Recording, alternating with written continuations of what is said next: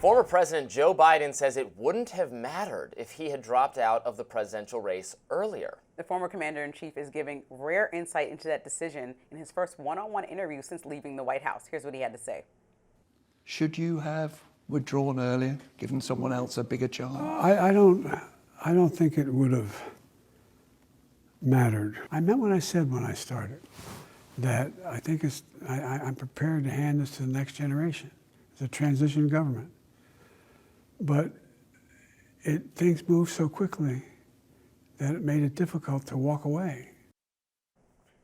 Biden also highlighted that he handed Harris, quote, a fully funded campaign. But Biden's reasons for dropping out, a mere 106 days before Election Day, didn't sit well with Fox and Friends host Brian Kilme, who had this to say. What, are you kidding me? You worked an hour a day. You had plenty of time to reflect and say, this is the perfect moment to get out and to finish off in 4 years and try to end up on a high note and let this thing fight out. Also, what does it say? Does he think about Kamala Harris? If I gave her more time, she had plenty of money, she still wouldn't have won? Yeah. Meanwhile, Trump administration officials are taking aim at Biden himself of the interview. In a post on X, White House Communications Director Stephen Chung called Biden a disgrace, saying, quote, he has clearly lost all mental faculties and his handlers thought it'd be a good idea for him to do an interview and incoherently mumble his way through every answer. Sadly, this feels like abuse. That is an incredible line from Joe Biden that I don't think it would have mattered if you'd gotten out earlier. I'm sorry, that is total BS. Maybe it wouldn't have changed the outcome. We don't know that for sure, but with a lot more time, the Democrats could have had an actual primary, and you could have had perhaps a stronger candidate than Kamala Harris prevail. I'm not saying that's the most likely outcome. I think probably Kamala Harris would have won a primary, but she was a weaker candidate than expected when she herself ran for the Democratic nomination in the 2020 cycle. She didn't even make it to the finish line.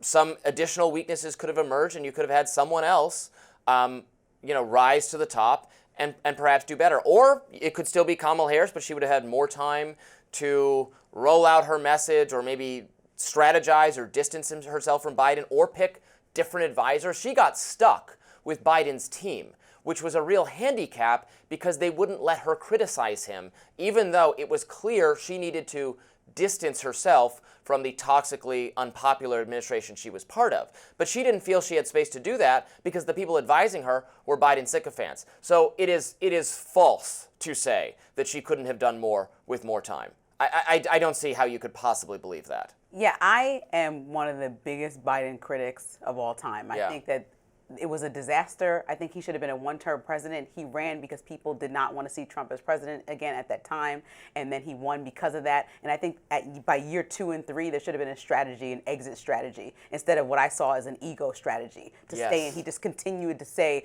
I deserve to be here silently, and kept his circle even smaller, kicked people supposed to be his right and left-hand men and women out of the circle, and did a lot that I disagree with.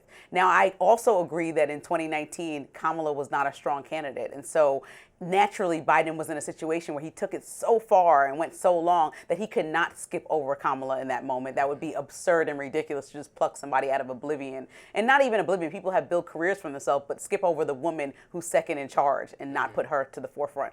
So I think the whole thing was a disaster. But I'm confident that if she would have had more time and a way better strategy, then there should have been a plan. But even beyond that, I think if the Democrats would have had a strategy years before Biden left the office and said, I'm going to be a one-term president, which I know is extremely hard for somebody to decidedly do, and that's why not many presidents do it. They always try to run again.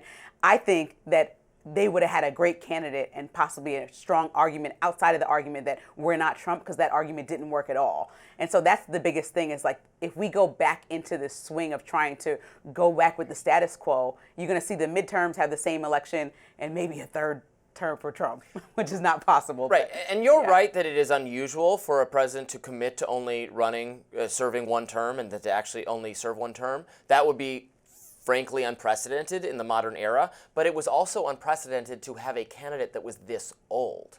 He was in a unique position because of his advanced age. There were concerns about Reagan running for a second term in the 80s because he was older than other presidents had been up until that point.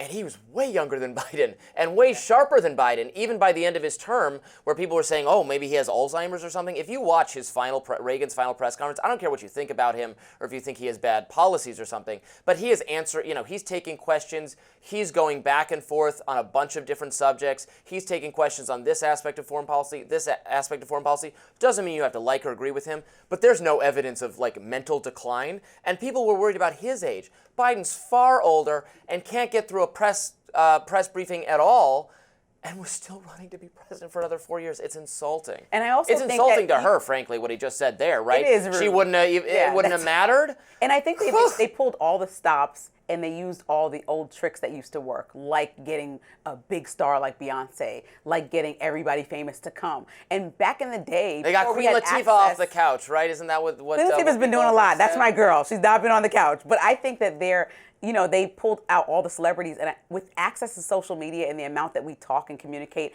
as a younger generation, and even my parents' generation and other, we don't get information from one source and somebody popular tells us what to look at and to decide. And so that's also a strategy that I would not advise. And now that I'm understanding 100%. more about that transition and the days, if Kamala had a different team around her and had more time, I think that it could have been a tighter race for sure. And I think if they would have planned for him not to run again, they could have had a home run. But they didn't do that, and hopefully they learned a lesson from this. Yeah, I completely agree with that. She was saddled with a strategy that was not the optimal strategy for her, given the short amount of time she had. Because you can't just replace, it takes time to find the right people. And you can't just have someone not doing the campaign advisor role, not doing the fundraising role. You need people in those positions. So she was forced to just retain the people he was using. They were not the smartest people in the bunch. But they raised a lot of money, so obviously it raised a lot of money, but that's not everything, unfortunately, for the Democrats. Up next, Disney's latest announcement has led to a major backlash. Stick around.